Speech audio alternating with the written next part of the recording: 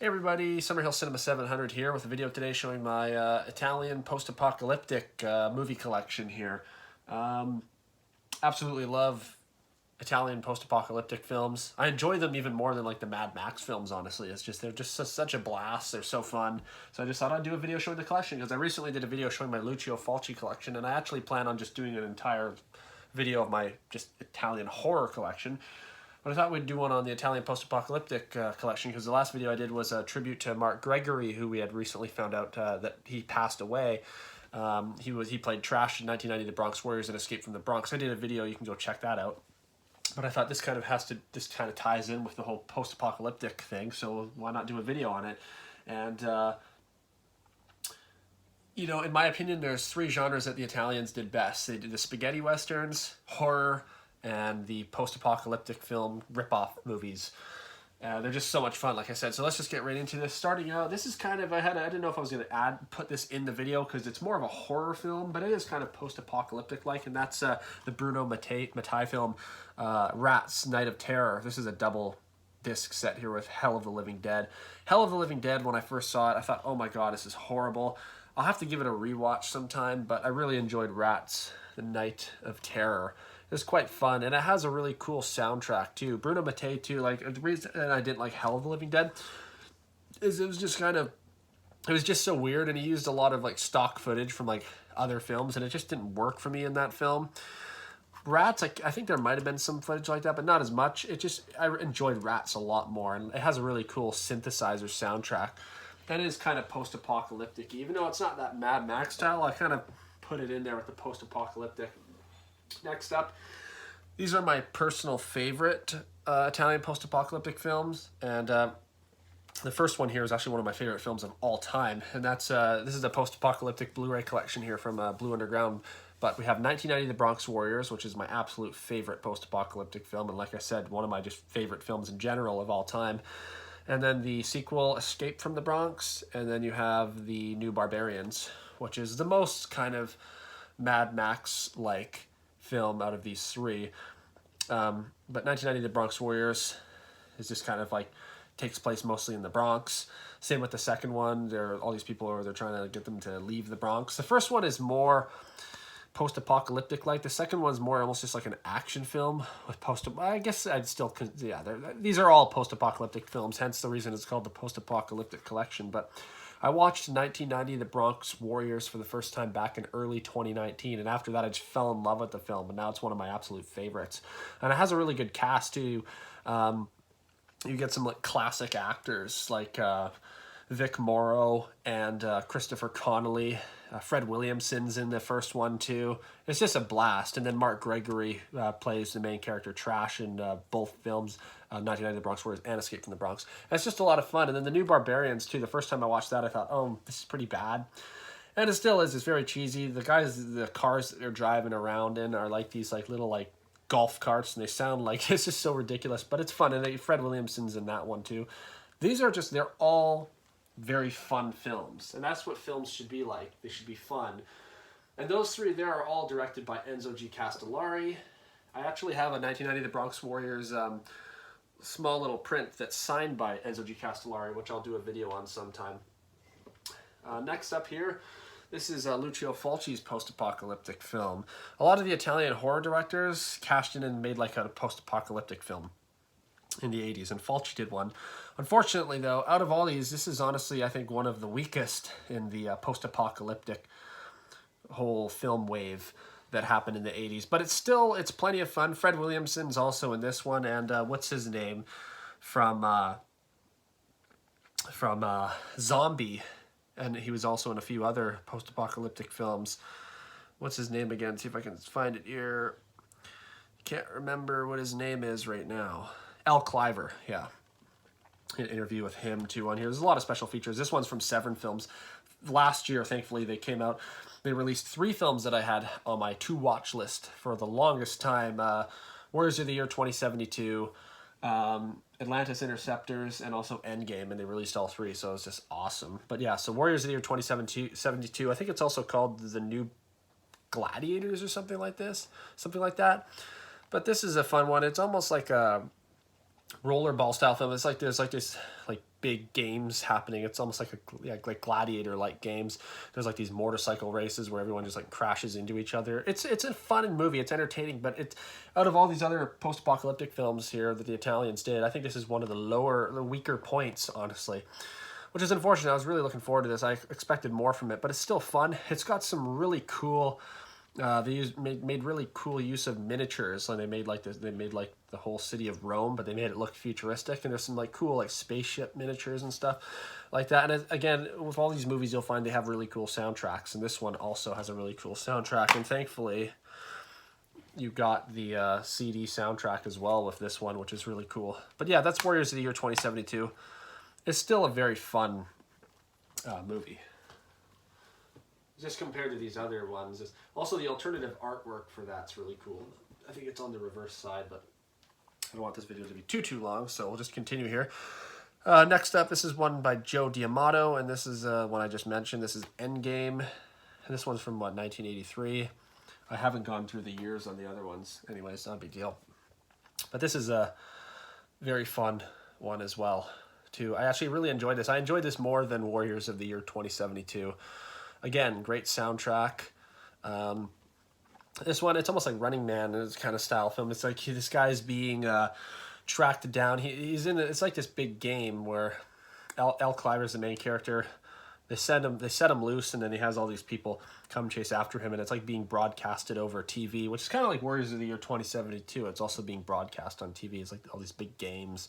But that's how this is. But I enjoyed this one actually a lot. Very fun. And this one's cool too because it also comes with the CD soundtrack. But yeah, this is a fun film. I enjoyed this one. It was quite cool. And you'll see some recognizable faces too, like George Eastman. He's in a lot of these post-apocalyptic films. And next up, the other one that came out from Severin last year in their little wave of post-apocalyptic releases. Now, I haven't watched this one yet.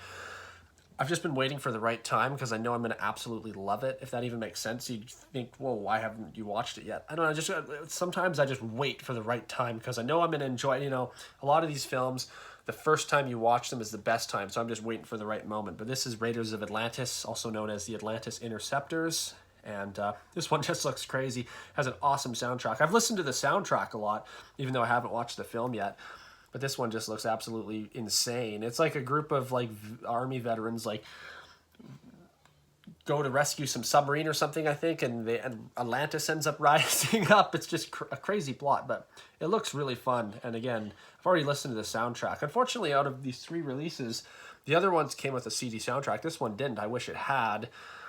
But this one just looks like such a blast. I can't wait to check this out. This is one I had wanted to watch for years and was hoping that it would get a release, and thankfully it did. It was just so cool.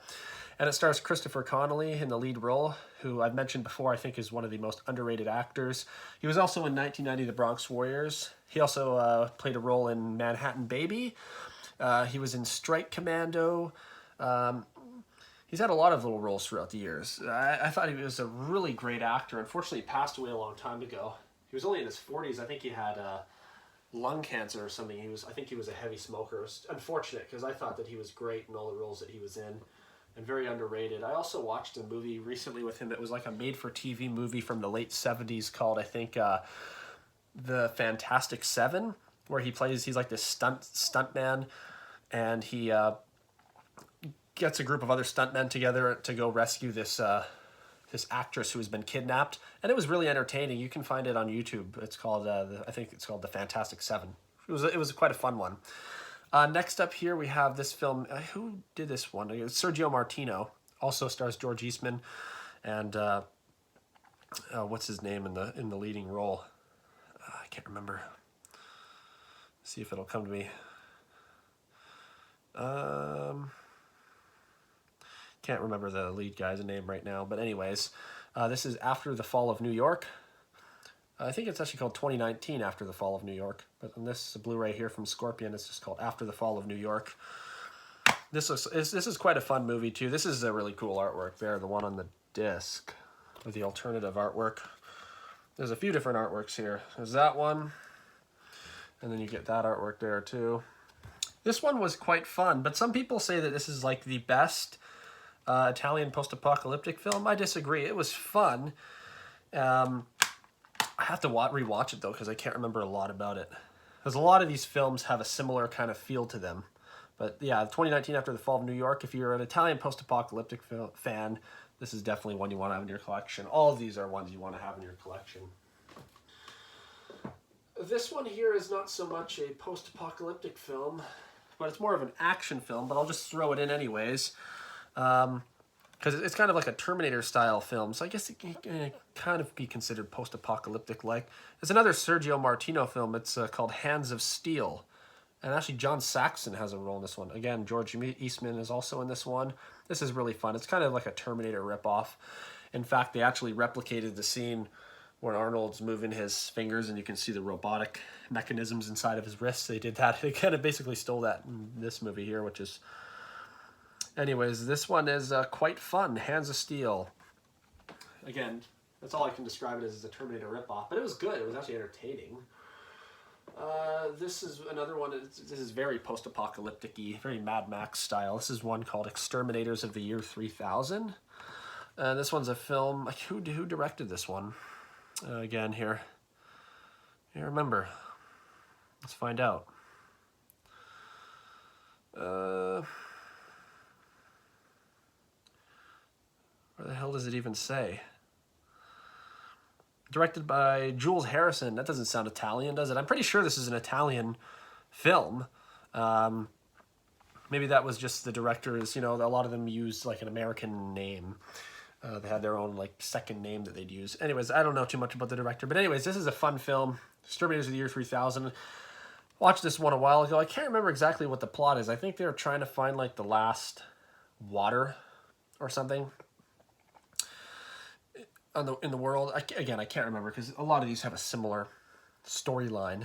I'll have to rewatch this one. But this one was fun. And the guy who plays the like the bad guy in it, this bald guy on the back, it's hilarious too because they don't...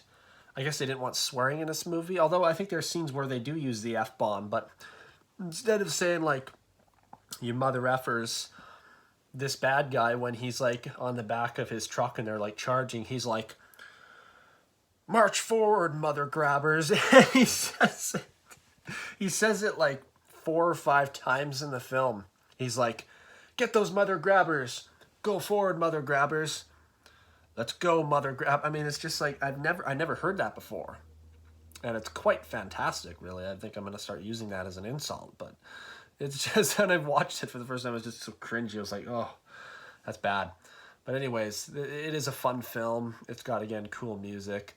And yeah, this one is enjoyable. And there's this kid in the movie. There's this kid who ends up meeting up with this guy here. And the kid's got like a mechanical arm and stuff like that. He ends up meeting with this woman too. But I think that's what it is. They're looking for the last bits of water. Post-apocalyptic future in the desert. Water is the most precious substance of all, and a band of survivors must turn to a mysterious stranger to battle a ruthless gang of motorcycle psychos. Control of the wasteland and the water. A glorious clash of... Anyways, yeah, it's a fun one. So you've got these guys fighting the mother-grabbing bad guy. A few more here. I don't even know if these are post-apocalyptic films. I haven't watched them yet. This one's called Robo-Warts. I think another film by Bruno Mattei. Can't say anything about it because I haven't watched it. That's also a Severn Blu-ray. That last one that I showed too, The Exterminators of the Year 3000, that's a Scream Factory release. These are all still available, I think. And this is another Bruno Mattei film called Shocking Dark. Again, I don't know if these are really post-apocalyptic-y. I haven't watched them yet. And this one here isn't really a post-apocalyptic film, but I'll throw it in because it kind of feels like it is with that artwork. This one also has George Eastman. It's a film by Lamberto Bava. It's called Blast Fighter. And I think I read something that Lucio Fulci was originally supposed to be the director for this film, but ended up being handed over to Lamberto Bava.